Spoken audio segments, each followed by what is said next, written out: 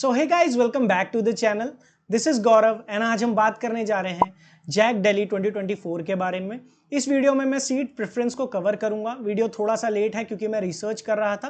काफ़ी बच्चों से मैंने एनएसयूटी में बात करी है। इसके अलावा डीटीयू से मैं खुद भी ग्रेजुएटेड हूं और मेरे कुछ जूनियर्स हैं, मैंने उनसे भी बात करी है। सो इस वीडियो को काफ़ी अच्छे से देखना। आपके सीट प्रेफरेंस से रिलेटेड सारे डाउट्स को मैं यहाँ क्लियर करूंगा। इस वीडियो का जो मेन मुद्दा है यार, वो हर ब्रांच में कितनी कितनी अपॉर्चुनिटीज़ मिलती है उस बारे में है।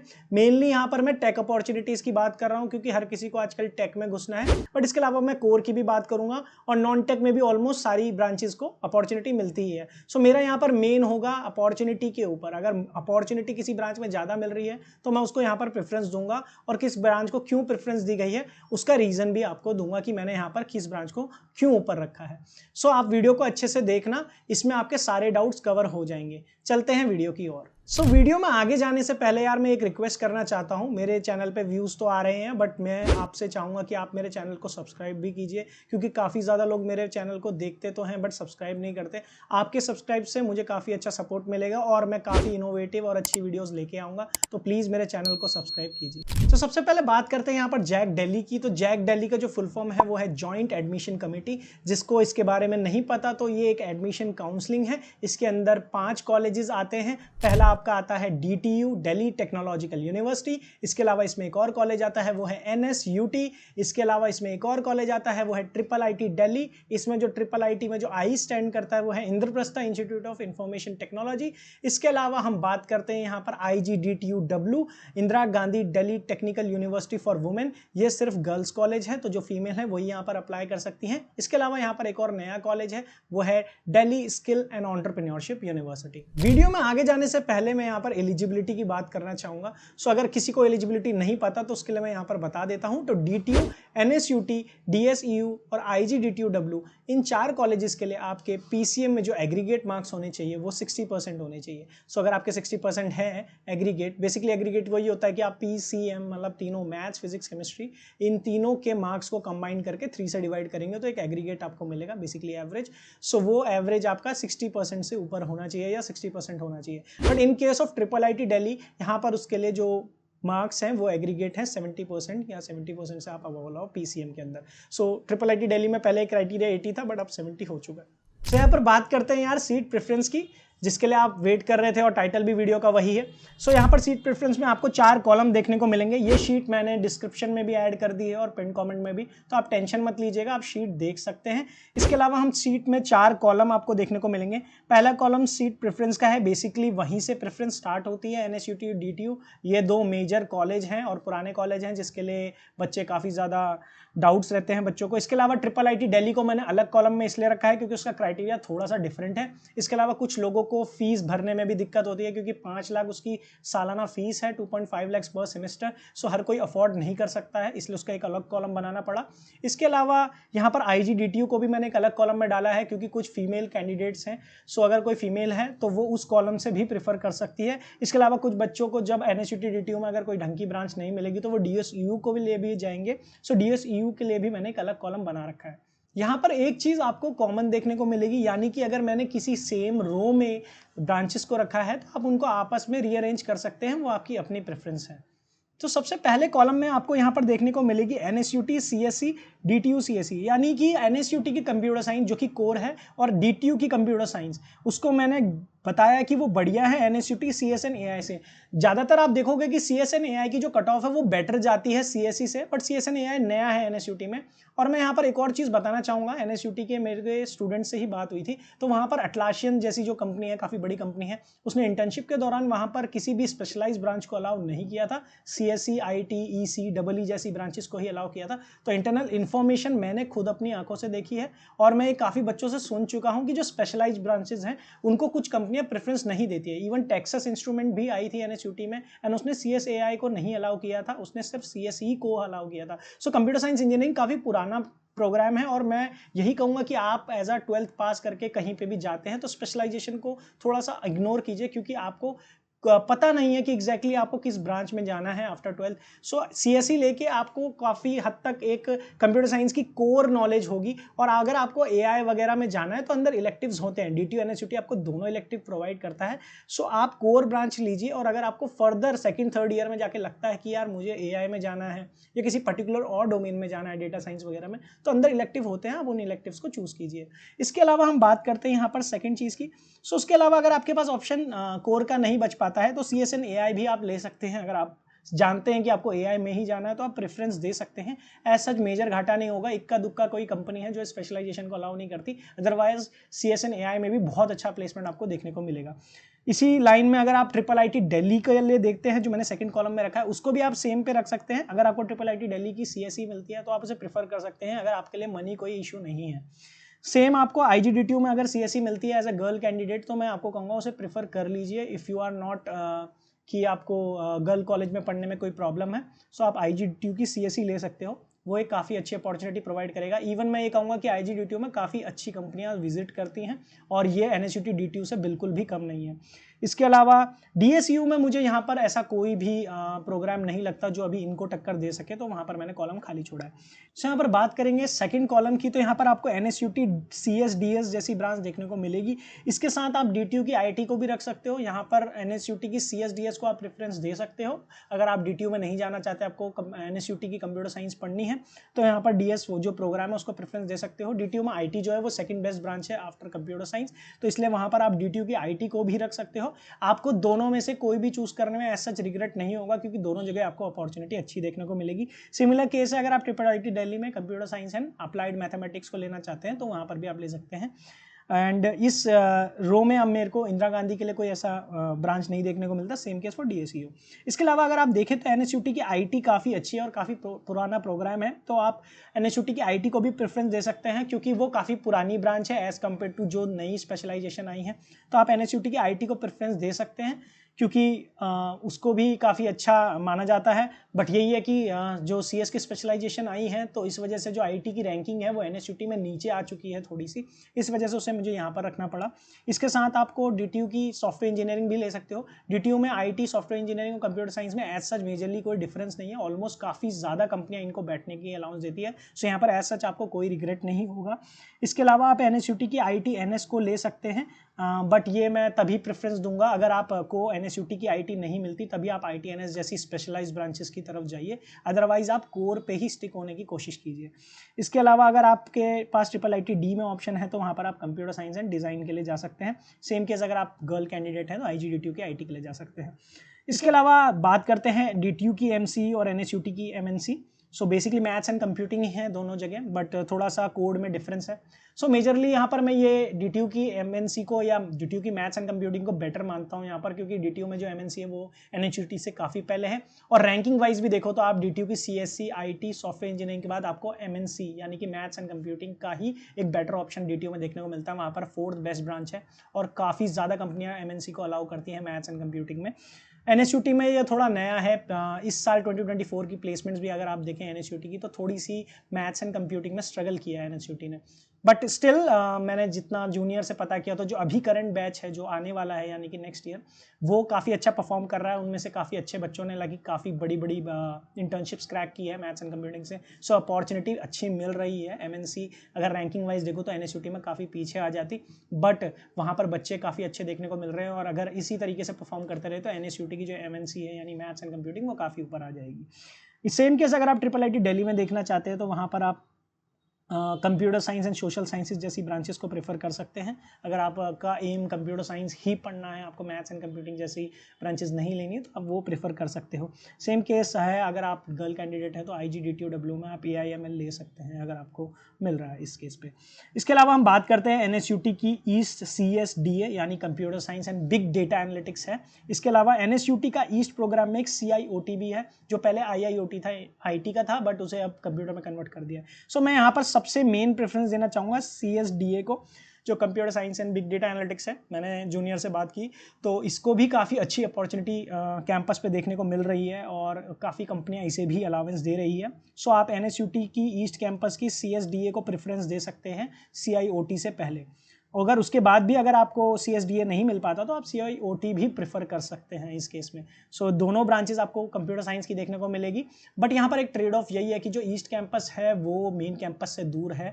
सो इस वजह से जो कल्चर है वो आपको उस तरीके का देखने को नहीं मिलेगा, बट हाँ अपॉर्चुनिटी मेन कैंपस आपको ला के दे रहा है। इज जस्ट दैट कि आपको खुद से थोड़ा एफर्ट मारना पड़ेगा ईस्ट कैंपस में, और थोड़ा सा आपको कैंपस लाइफ सेक्रीफाइस करनी पड़ सकती है इस केस में। बट यहाँ पर मैंने सिर्फ अपॉर्चुनिटी को देखा है और आपको सब्जेक्ट भी काफ़ी सही मिल रहा है, तो आपको प्रेफरेंस इस तरीके से आप दे सकते हैं। रेस्ट आपकी चॉइस थोड़ी डिफर कर सकती है यहाँ पर मेरे मुकाबले। इसके अलावा हम बात करते हैं यहाँ पर IIIT में आपके पास लास्ट ऑप्शन बचता है CSB का, computer science and bio sciences, तो आप वो भी प्रेफरेंस में दे सकते हैं अगर आप देना चाहें। इसके अलावा IGDTU में मुझे इस लेवल पे कोई भी नहीं लगता जो मैं इस टायर पे रख सकूँ, और DSU में भी मैं यहाँ पर कोई ब्रांच इस प्रेफरेंस लेवल पे नहीं रखना चाहूँगा। सो इसके अलावा बात करते हैं NSUT की EC। सो NSUT की EC काफ़ी अच्छी ब्रांच है, मैं कहूँगा कोर ब्रांच है, काफ़ी बच्चे प्लेस हुए हैं उसमें पहले भी, और पुरानी ब्रांच है तो काफ़ी कंपनियां जो आती हैं उनको पुराना ही माइंडसेट रहता है कि यार पुरानी ये ब्रांचेस पहले से चलती हुई आ रही है, एक उनका बेस ऑलरेडी उस कंपनीज में वर्क कर रहा है। अगर आप कोर कंपनीज देखना चाहते हैं like Qualcomm, SanDisk, Texas instrument, ऐसी कंपनी अगर आप टारगेट कर रहे हैं, कोर में जाना चाहते हैं, तो NSUT EC में आपको अच्छा मौका मिलेगा। लाइक क्वालकॉम जैसी कंपनियां आती है। Same case with DTU EC, दोनों में एज सच मेजर डिफरेंस नहीं है। DTU में भी कोर कंपनियां काफ़ी ज़्यादा आती है, लाइक वेस्टर्न डिजिटल, मैंने खुद वेस्टर्न डिजिटल में इंटर्न की है, वो EC के लिए भी खुलती है। सो ECEE में अच्छे चांसेस मिलते हैं आपको DTU NSUT जैसे कॉलेजेस में। इसी के कंपैरिजन में अगर आपको IIIT में EC मिलती है तो आप उसको प्रेफर कर सकते हो। सेम अगर आप IGDTU में हैं तो IGDTU में EC या ECAM ले सकते हैं, तो वो भी आपके लिए एक अच्छी अपॉर्चुनिटी बन जाती है। अब इसके बाद बात करते हैं यार DTU की EE की। DTU की EE हार्ड है, बट मैं ये कहूँगा कि उसमें प्रेफरेंस अभी भी अच्छी मिलती है, कोर रोल्स अच्छे मिल जाते हैं काफ़ी हद तक, और टेक में भी काफ़ी अच्छी अपॉर्चुनिटी मिलती है यहाँ पर, इस वजह से मैंने उसको प्रेफरेंस दी है। NSUT की EVDT इस साल की न्यू ब्रांच है, जिनको नहीं पता ये है electronics and VLSI design and technology. So VLSI design and technology के बारे में जिस स्टूडेंट्स को नहीं पता मैं बता देता हूँ कि VLSI भी आज की डेट में आने वाला एक ट्रेंडी आप कह सकते हो सेक्टर है, और VLSI में काफ़ी ज़्यादा फील्ड्स में जॉब है, आप इंटरनेट पे सर्च कर सकते हैं। ये ज़्यादातर कोर की तरफ ही रोल्स मिलते हैं, इसमें भी आपको VLSI डिज़ाइन ये सब आपको सब्जेक्ट्स में पढ़ना पड़ता है। ये थोड़ा डिफिकल्ट है, जिन लोगों को इंटरेस्ट है वही जाए हैं, बट इसमें पैकेजेस वगैरह काफ़ी डिसेंट मिल जाते हैं, यानी कि काफ़ी अच्छे पैकेजेस आपको देखने को मिलते हैं, 20 लाख तक आराम से पैकेजेस जाते हैं। सो आप इसे प्रेफरेंस दे सकते हैं। ये नई ब्रांच है, बट ये काफ़ी अच्छा मेरे को लगता है कि आगे इसका करियर प्रोस्पेक्ट है, इसलिए कॉलेज NSUT ने इसको इंट्रोड्यूस करा है इसकी जगह पे। इसके अलावा हम बात करें, अगर आपको EVDT यानी VLSI डिज़ाइन में इंटरेस्ट नहीं है, आपको स्टिल लगता है कि मुझे कंप्यूटर साइंस या उससे रिलेटेड ही जाना है, तो आप NSUT की ECAM को प्रेफर कर सकते हो। ECAM है आपकी electronics and communication with artificial intelligence machine learning. So ये भी एक स्पेशलाइज ब्रांच है, बट मैंने सुना है कि इसको काफ़ी अच्छी प्रेफरेंस मिल रही है NSUT EE से, इसलिए मैंने उसे पहले लिखा है। सो आप इस तरीके से समझ सकते हैं। ECAM में काफ़ी ज़्यादा बच्चों को अपॉर्चुनिटी मिल रही है और काफ़ी उन्हें इंटर्नशिप भी क्रैक की है।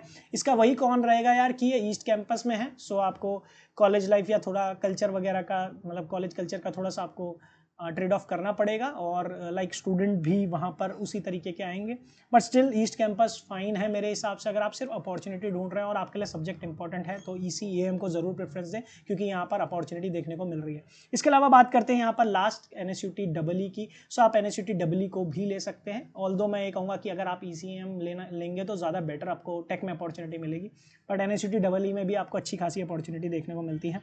स्टिल अगर आप के पास पैसे हैं और आपको पैसों की कोई दिक्कत नहीं है तो आप IIIT दिल्ली जा सकते हैं, वहाँ पर भी आपको EVE ब्रांच देखने को मिलेगी। सो ये भी VLSI के ऊपर ही है, ये भी इलेक्ट्रॉनिक्स ही है। सो अगर आप VLSI जैसी कोर ब्रांच में या आप कोर में जाना चाहते हैं, सो यहाँ पर काफ़ी अच्छी अपॉर्चुनिटी आपको देखने को मिलेगी और प्लेसमेंट्स भी अच्छे हैं। ये डोमेन बहुत ही स्क्यूड है, बहुत कम लोग जाते हैं, बट यहाँ अपॉर्चुनिटी है। डोमेन में आपको काफ़ी ज़्यादा वैकेंसीज भी देखने को मिलेगी। सो ऐसा ऐसा कुछ नहीं है, अगर आप इसी डोमेन में कंटिन्यू भी करते हैं तो आपको प्लेसमेंट मिल जाएगा मेरे हिसाब से। और इसी में अगर आपको, मैं यहाँ पर मैंने IGDTU का तो कोई नहीं मिला, लेकिन अगर आप DSU में यहाँ पर कंप्यूटर साइंस इंजीनियरिंग लेना चाहते हैं तो आप ले सकते हैं। किसी किसी को लगता है इस लेवल पे आके कि मैं EE क्यों लूँ, मैं इलेक्ट्रिकल इंजीनियरिंग नहीं पढ़ना चाहता, मुझे ईसी तक भी मिलता तो ठीक था। तो यहाँ पर मैंने इसलिए डीएसयू की सीएसई को रखा है। अगर डीएसयू की आप सीएसई यहाँ पर लेना चाहते हैं सो आप इसको कंसिडर कर सकते हैं। यहाँ पर 2 कैंपसेस में ये है, आप चेकआउट कर सकते हैं वो 2 कैंपसेस। इसमें जो मेन गुरु तेग बहादुर है, जो पुराना कॉलेज है आईपीयू का, उसको मैं कहूँगा आप ज़्यादा प्रेफरेंस दें रदर देन शुकुरपुर वाले कैंपस को। सो इसके बाद करते हैं डीटीयू ईपी की। सो यहाँ पर डीटीयू ईपी और डीटीयू मैकेनिकल, इसमें काफ़ी ज़्यादा लोगों को डाउट रहता है। देखो डीटीयू ईपी में अपॉर्चुनिटी ज़्यादा मिलती है। काफ़ी लोगों का ये कहना है कि उसका जो प्लेसमेंट स्टैट्स है वो कम है। लास्ट ईयर का आप प्लेसमेंट स्टैट्स देखेंगे तो 32% का है, यानी इसी साल का बेसिकली 2024 का, जबकि मैकेनिकल का अराउंड से 50% जा रहा है। बट द थिंग इज़ कि यार मैकेनिकल में जो ज़्यादातर बच्चे होते हैं वो नॉन टेक में चले जाते हैं या कोर रोल्स में चले जाते हैं। डीटीयू ईपी में इस तरीके का बहुत मुश्किल होता है, कोर में बहुत कम बच्चे जाते हैं और बैच साइज भी काफ़ी छोटा है। डीटीयू ईपी में अपॉर्चुनिटीज़ मिलती है बट उस तरीके का कैंडिडेट बहुत कम होते हैं जो उस टेक कंपनी को क्रैक कर पाए।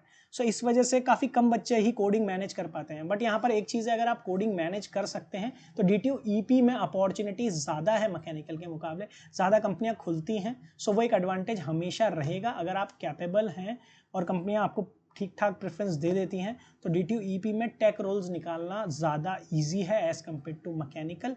बाकी अगर आप थोड़ी चिल लाइफ चाहते हैं, उसके साथ भी आप टेक रोल के लिए अप्लाई करना चाहते हैं तो मैकेनिकल भी बुरा नहीं है। मैकेनिकल में भी काफ़ी कंपनियां आपको अप्लाई करने का मौका दे देती हैं, लाइक 10 आउट ऑफ 5 आपको उसमें अप्लाई करने का मौका देंगी। बट ईपी का एडवांटेज यही है कि आपको 7 कंपनियां आराम से अप्लाई करने देंगी आउट ऑफ 10। सो ये काफ़ी अच्छी अपॉर्चुनिटी है मेरे हिसाब से, आप अगर आप ईपी को इसलिए प्रेफर करें। बट अगर आप फिजिक्स और इलेक्ट्रॉनिक्स से मतलब आपको पसंद नहीं है तो आप ईपी को अवॉइड कीजिए और मैकेनिकल के साथ आगे बढ़ें। मैकेनिकल और एमएम में एज सच मेजरली कोई डिफरेंस नहीं है, दोनों को काफ़ी अच्छी अपॉर्चुनिटी मिलती है। नॉन टेक के लिए तो काफ़ी अच्छी हैं, इसके अलावा कोर में भी आप बैठ सकते हैं। इसके अलावा बात करते हैं आप एनएसयूटी आईसी की। एनएसयूटी आईसी की थोड़ी सी value in the recent time गिरी है क्योंकि मार्केट भी ख़राब है एंड इसके अलावा जो काफ़ी नई नई ब्रांचेस उसके ऊपर इंट्रोड्यूस कर दी गई हैं, लाइक EE और EVDT, ये जैसी ब्रांचेस न्यू ऊपर आ रही हैं और कंप्यूटर साइंस की कुछ स्पेशलाइजेशन ऑलरेडी आपको आईसी से ऊपर देखने को मिल रही है। इस वजह से जो एनएसयूटी आईसी है वो कहीं ना कहीं अपना चार्म लूज कर रहा है। सो यहाँ पर मेरे लिए सबसे ज़्यादा जो सरप्राइजिंग फैक्टर रहा है वो रहा है एनएसयूटी वेस्ट की जियो इन्फॉर्मेटिक्स। सो मुझे पता नहीं था क्लियरली, मैंने एक स्टूडेंट से बात की एंड उन्होंने मुझे बताया कि एनएसयूटी वेस्ट जो वेस्ट कैंपस है उसकी जियो इन्फॉर्मेटिक्स है, उसको काफ़ी ज़्यादा अपॉर्चुनिटीज़ देखने को मिल रही है इन टेक सेक्टर, क्योंकि जो जियो इन्फॉर्मेटिक्स है वो एनएसयूटी की आईटी ब्रांच के अंदर आता है। सो बेसिकली एनएसयूटी में एक आईटी डिपार्टमेंट है। सो आईटी डिपार्टमेंट के अंदर कुछ ब्रांचेस हैं लाइक आईटीएनएस, इसके अंदर आपका ये जियो इन्फॉर्मेटिक्स भी आता है। सो कुछ कंपनियां आईटी ऑल ब्रांचेस को अलाउ करती हैं, यानी आईटी डिपार्टमेंट की सभी ब्रांचेस को, तो उसमें जियो इन्फॉर्मेटिक्स को मौका मिला है। ऑल्दो यहाँ पर प्रॉब्लम यही है कि जियो इन्फॉर्मेटिक्स लेने वाले बच्चों की रैंक काफ़ी ज़्यादा रहती है एंड उसमें कैलिबर की थोड़ी कमी है। इस वजह से शॉर्टलिस्ट या इंटर्नशिप में ऐसा मुझे कोई बच्चा देखने को नहीं मिला जिसने क्रैक करा हो। बट अपॉर्चुनिटी वाइज मिल रहा है मौका, वो एक बहुत ज़्यादा मेरे लिए काफ़ी सरप्राइजिंग चीज़ थी। तो एनएसयूटी वेस्ट की जीआई यानी जियो इन्फॉर्मेटिक्स को आप देख सकते हो इस लेवल के बाद। एनएसयूटी आईसी से ऊपर मैं इसलिए नहीं रखना चाहता क्योंकि आईसी ऑलरेडी बहुत पुराना प्रोग्राम है और काफ़ी बच्चे वहाँ मेहनती आपको देखने को मिलते हैं जो काफ़ी अच्छी इंटर्नशिप्स और प्लेसमेंट क्रैक कर लेते हैं। बट अगर एनएसयूटी वेस्ट की जियो इन्फॉर्मेटिक्स को आप ज़रूर एक बार ट्राई कर सकते हैं जो इसके नीचे ब्रांचेज हैं उनसे। इसके अलावा IIIT दिल्ली में यहाँ पर कोई ब्रांच बची नहीं है इसके कंपेरिजन में रखने के लिए।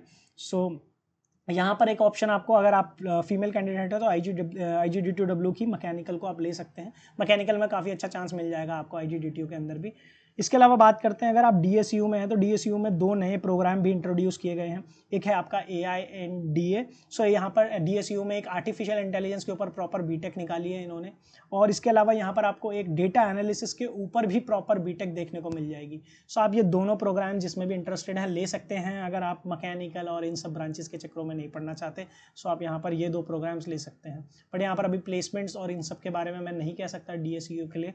ये एक ऐसा है कि अगर आपको स्टिल गवर्नमेंट कॉलेज में पढ़ना है एंड ये जैक के अंडर आ रहा है तो मैं ये सोचता हूँ कि अगर इसको, कॉमन सी बात है, कॉलेज को एक टैग मेंटेन करना है तो वो प्लेसमेंट्स के लिए हेल्प ज़रूर करेंगे स्टूडेंट्स को। सो स्टिल किसी Tier 3 कॉलेज या Tier 2 कॉलेज से के आसपास आपको, Tier 2 के आसपास आपको इसमें प्लेसमेंट देखने को ज़रूर मिलेगा मेरे हिसाब से। बाकी आप मेहनत करेंगे तो इन ब्रांचेस से भी अच्छा प्लेसमेंट निकाल सकते हैं।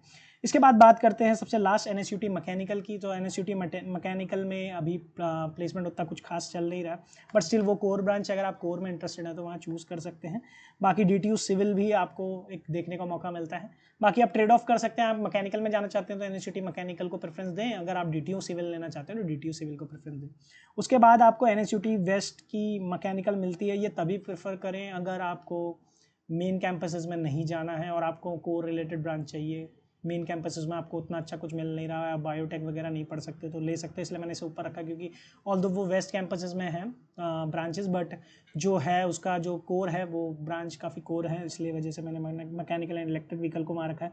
इसके अलावा मैंने वेस्ट की सिविल इंजीनियरिंग को भी उसी लेवल पर रखा है।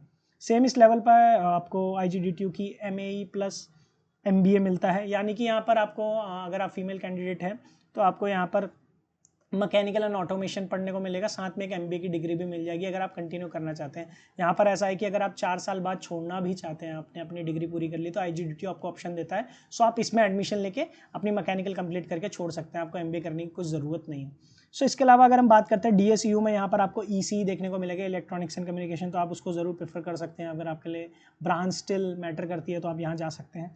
इसके अलावा आपको DSU में यहाँ पर नेटवर्क सिक्योरिटी देखने को मिलेगा। सो नेटवर्क सिक्योरिटी भी एक काफ़ी अच्छी ब्रांच है, आप इसको प्रेफर कर सकते हैं, इस डोमेन में भी काफ़ी अच्छी जॉब्स मिल जाएंगी। ऑल्दो यहाँ कॉलेज ब्रांच के रिलेटेड जॉब ला पाता है वो मैं नहीं कह सकता हूँ, बट स्टिल ब्रांच वाइज आप यहाँ पर इसे प्रेफर कर सकते हो।